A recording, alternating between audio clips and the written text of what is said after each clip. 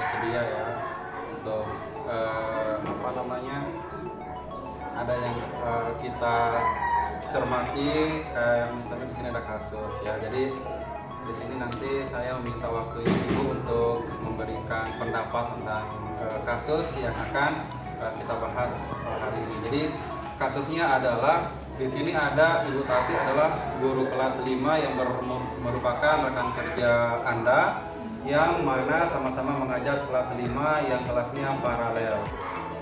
Ruangan kelas Ibu Tati pun persis di sebelah ruangan kelas Anda. Ibu Tati terkenal sangat disiplin dan cenderung galak. Pada sisi lain, Ibu Tati juga pekerja keras dan murid-muridnya pun selalu mendapatkan nilai-nilai yang sangat baik. Sebagian murid-murid sangat takut kepada Ibu Tati dan sebagian lain bisa menyesuaikan diri. Kepala sekolah Anda dan orang tua murid juga sangat menghargai Ibu Tati. Suatu hari, Anda mendengar tangisan seorang murid dan pergi keluar untuk melihat asal suara tangisan tersebut. Anda melihat seorang murid perempuan kelas 5 sedang berlutut di atas bebatuan sekolah yang sangat panas hari itu.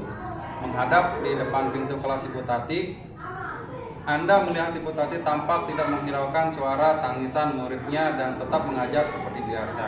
Namun Anda bisa melihat bahwa beberapa murid di kelas Ibu Tati mencoba untuk mencuri pandangan keluar kelas, melihat temannya yang sedang menangis dan berlutut di terik matahari.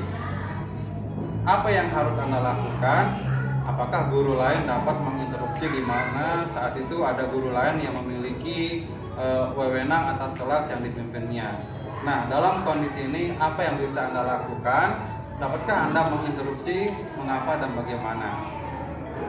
Nah, jadi dari kasus Ibu Tati tadi, kira-kira pendapat Ibu seperti apa kira-kira? Terkait dengan kasus yang sudah dibacakan tadi, menurut saya mengambil ada beberapa pelajaran dari Ibu Tati itu. Khususnya yang pertama, saya sangat apresiasi bahwa Ibu Tati itu sangat menurut di bacaan tadi itu dia sangat disiplin. Di sana saya sangat mengapresiasi. Namun di sisi lain terkait dengan pemberian hukuman kepada anak yang mungkin di saat itu dia tidak mengerjakan PR karena kita belum tahu bagaimana kondisinya. Di sana saya merasa kurang setuju. Kurang setuju ya? Nah, kurang setuju dengan sikap yang diambil oleh Ibu Tati sehingga anak itu sampai menangis. Kenapa saya kurang setuju? Karena pemberian sanksi atau hukuman kepada anak yaitu berupa fisik itu menurut saya kurang bagus. Nah, karena pertama kenapa? Selain merusak mental anak, kemudian karakter anak itu juga menjadi rusak. Betul sekali. Dimana anak itu, kenapa saya mengatakan mentalnya rusak? Karena ketika anak itu sampai mengeluarkan tangisan, itu artinya menurut saya itu anak itu sudah tidak bisa mengendalikan emosinya, bahwa mungkin dia merasa marah kepada gurunya, malu kepada teman-temannya, dan juga mungkin merasa minder pada diri sendirinya. Di sini kalau menurut saya juga hal yang bisa saya lakukan, misalnya sebagai guru yang bisa satu sekolah dengan Tati, yang saya lakukan, saya sebagai guru di sana bagaimanapun juga di sekolah itu kan bukan hanya Bu Tati dan kelas 5 yang sebagai warga sekolahnya. Kita juga sebagai guru lain yang ikut bekerja lah istilahnya di sekolah itu juga kan mempunyai wewenang. Bukan hanya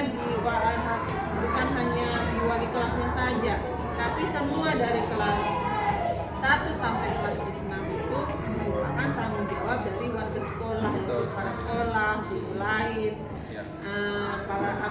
penjaga sekolah dan lain sebagainya. Hal yang saya lakukan adalah memberikan sedikit masukan kepada Bu Tanti dulu. Oke, dalam memberikan masukan tentunya nanti bagaimana caranya nih supaya nanti kadang kalau kita memberikan masukan kadang bisa diterima dengan baik ya kan, atau mungkin kadang tersinggung nanti. Nah, bagaimana caranya nanti kira-kira dalam menyampaikan masukan pada bupati? Menurut saya caranya tetap yang pertama memberikan masukan itu melalui musyawarah Musyawarah ya. musyawarah mungkin saya dengan guru-guru lain juga yang mungkin lebih senior di kita, yang lebih lama mengajar di sini. Nah, dari sana kita melakukan istilahnya musyawarah kepada semuanya bagaimana mencari Solusi. Ya, jadi ya, supaya nanti semua kita di sini tidak ada saling istilahnya tersinggung atau apa gitu ya. Jadi kita harus saling masukin punya dengan hal yang positif.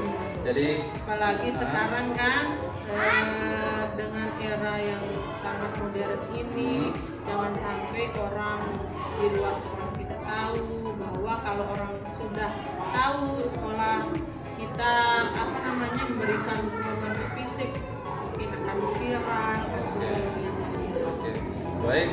Jadi terima kasih atas waktunya Ibu untuk hari ini. Jadi demikian percakapan saya dengan Ibu Fania terkait dengan kasus Ibu Tati tersebut. Sekali lagi terima kasih. Assalamualaikum warahmatullahi wabarakatuh. Waalaikumsalam.